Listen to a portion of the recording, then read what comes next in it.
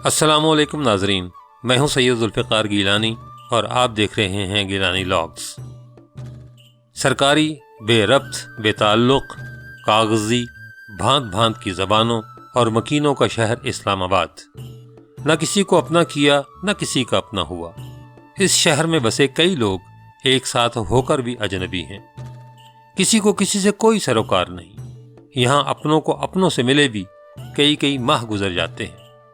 اس شہر کی اپنی پہچان بھی کوئی نہیں، کیونکہ یہاں بسنے والا ہر ایک شہری اپنی زبان، ثقافت اور تہذیب اپنے ساتھ لایا ہے۔ شہر تو یہ تھا بھی نہیں، صرف پہاڑوں کا ایک سلسلہ تھا۔ بس ایک فوجی حکمران نے جنگل میں منگل لگانے کی ٹھانی، پھاوڑے خریدے اور بے روح قسم کا شہر بنا ڈالا۔ کہتے ہیں کہ بڑ کا درخت اپنے طفیلی پودوں کو کھا جاتا ہے۔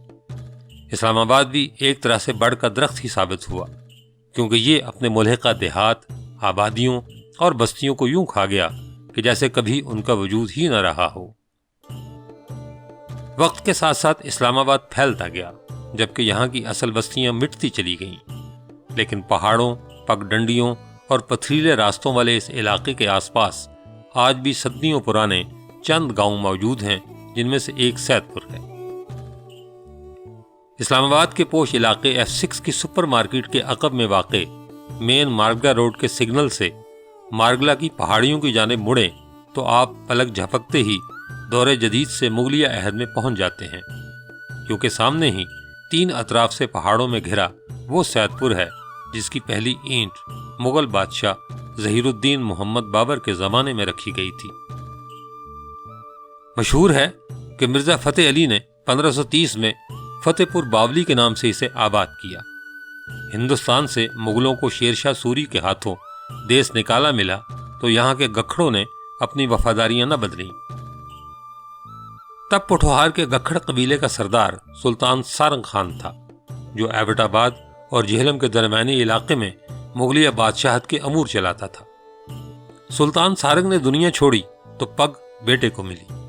دوسری جانب مغل شہنشاہ نصیر الدین محمد ہمایوں گکھڑوں کی اس وفاداری کا صلہ دینے کے لیے زندہ نہ رہا، لیکن بیٹے نے باپ کا قرض اتارا اور اکبر اعظم نے یہ گاؤں سلطان سارنگ خان کے بیٹے سید خان گکھڑ کو دان کر دیا۔ یوں فتح پور باولی سید پور ہو گیا۔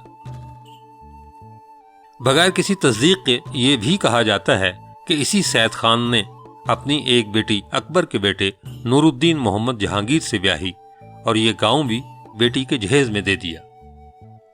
اس شادی کے حوالے سے بعض مورخین کہتے ہیں کہ ولی عہد شہزادہ سلیم نے نور جہاں کی محبت میں گرفتار ہونے سے پہلے کابل جاتے ہوئے یہاں قیام کیا تھا۔ اب یہ گاؤں کے حسن کا جادو تھا یا سیاسی مجبوری کہ اس نے سید خان کی بیٹی سے شادی کر لی۔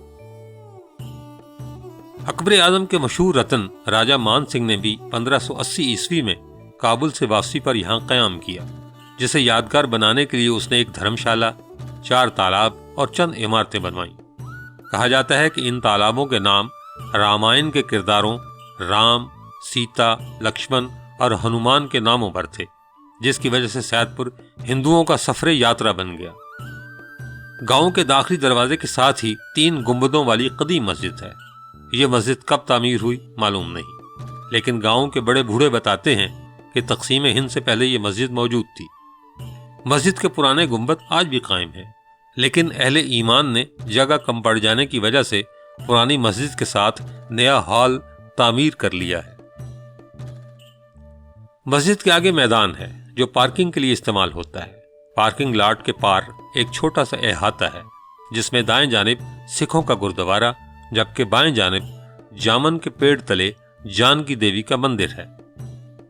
مقامی لوگ اس مندر کی تعمیر بھی راجہ مان سنگھ کی طرف منسوب کرتے ہیں، لیکن 1894 کے ضلع راولپنڈی گزٹ کے مطابق یہ مندر 1794 کے لگ بھگ تعمیر ہوا تھا، جبکہ سنہرے محرابوں والے گردوارے کی تعمیر 19ویں صدی کے اوائل میں ہوئی تھی۔ 1947 میں ہندو ہجرت کر گئے اور جاتے جاتے لکشمی اور کالی دیوی کی پیتل کی مورتیاں بھی ساتھ لے گئے۔ تالاب بٹوارے سے پہلے ہی وقت کی گرد میں دب گئے تھے۔ تقسیم کے وقت صرف رام کنڈ نامی رام کا تالاب موجود تھا، لیکن جب رام کو ہی دیس نکالا مل گیا تو تالاب بھی غائب ہو گیا۔